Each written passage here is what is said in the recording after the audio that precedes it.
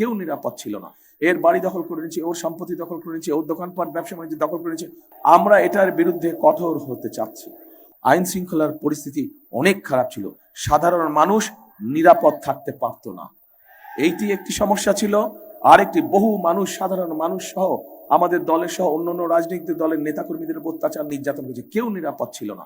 এর বাড়ি দখল করে নিয়েছে, ওর সম্পত্তি দখল করে নিয়েছে, ওর দোকানপাট ব্যবসা বাণিজ্য দখল করে নিয়েছে। হয়েছে না এগুলা কাণ্ড আপনাদের এলাকায়?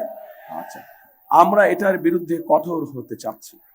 যে সন্ত্রাসী হোক, অপরাধী হোক, সে যেই দলেরই হবে না কেন, তার বিরুদ্ধে আমরা দেশের আইন অনুযায়ী ব্যবস্থা নিতে চাইছি।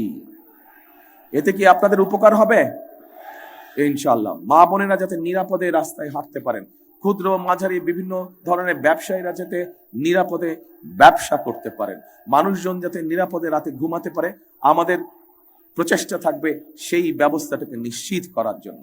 এবার আসেন, আরেকটি আপনাদের এখানে বিরাট সমস্যা ছিল, এই বিশেষ করে নারায়ণগঞ্জ জেলায়। কারা ছিল, কারা করেছে, কিভাবে করেছে, এগুলো আপনারা সব জানেন। রাত হয়ে গেছে 2টা, আপনাদের সামনে অত লম্বা করব না। দুর্নীতি ছিল না এই সমস্যা আপনাদের এলাকায়? দুর্নীতি সমস্যা আছে, এবং একই সাথে আপনাদের এখানে মাদকের একটা বিশাল সমস্যা আছে। নারায়ণগঞ্জ শহরের 20টা স্পট আছে যেখানে এই মাদক ব্যবসা হয়। আমরা সেগুলাকে নিয়ন্ত্রণ করতে চাই। এই দুর্নীতিকে আমরা নিয়ন্ত্রণ করতে চাই, দুর্নীতির লাগাম টেনে ধরতে চাই।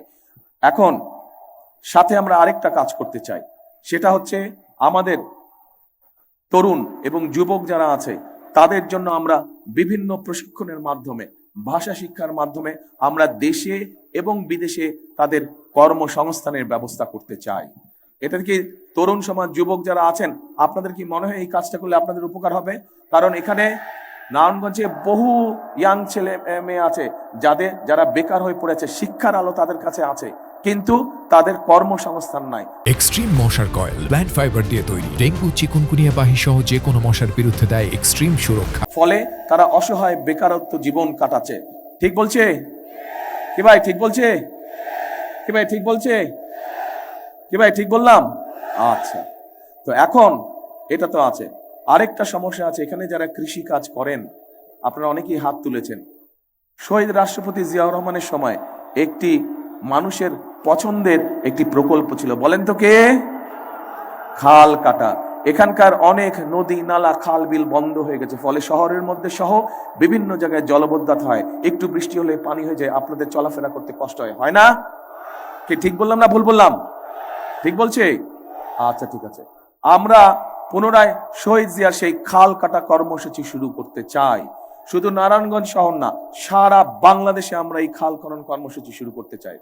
12 তারিখে যদি আপনাদের পরিকল্পনা, আমি তো আমার পরিকল্পনা বললাম, আপনারা যে আপনাদের পরিকল্পনা বললেন 12 তারিখে, সেই পরিকল্পনা যদি আপনারা ধানের শীষ এবং খেজুর গাছকে জয়যুক্ত করতে পারেন, ইনশাল্লাহ 12 তারিখে বিএনপি সরকার গঠন করতে পারে, আমি আপনাদের কাছে আসবো এবং খাল কাটা কর্মসূচিতে আমি অংশগ্রহণ করব। কে কে যাবেন আমার সাথে খাল কাটতে? মা বোনেরাও যাবেন ইনশাল্লাহ, মা বোনেরাও খাল কাটতে যাবে।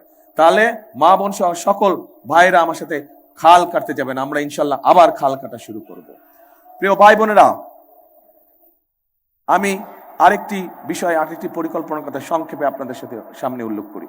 আমাদের এই সমাজে আমি নারীদের কথা বলেছি, তরুণ যুবকদের কথা বলেছি, তরুণদের কথা বলেছি, আমি কৃষকদের কথা বলেছি, সাধারণ মানুষের নিরাপত্তার কথা বলেছি।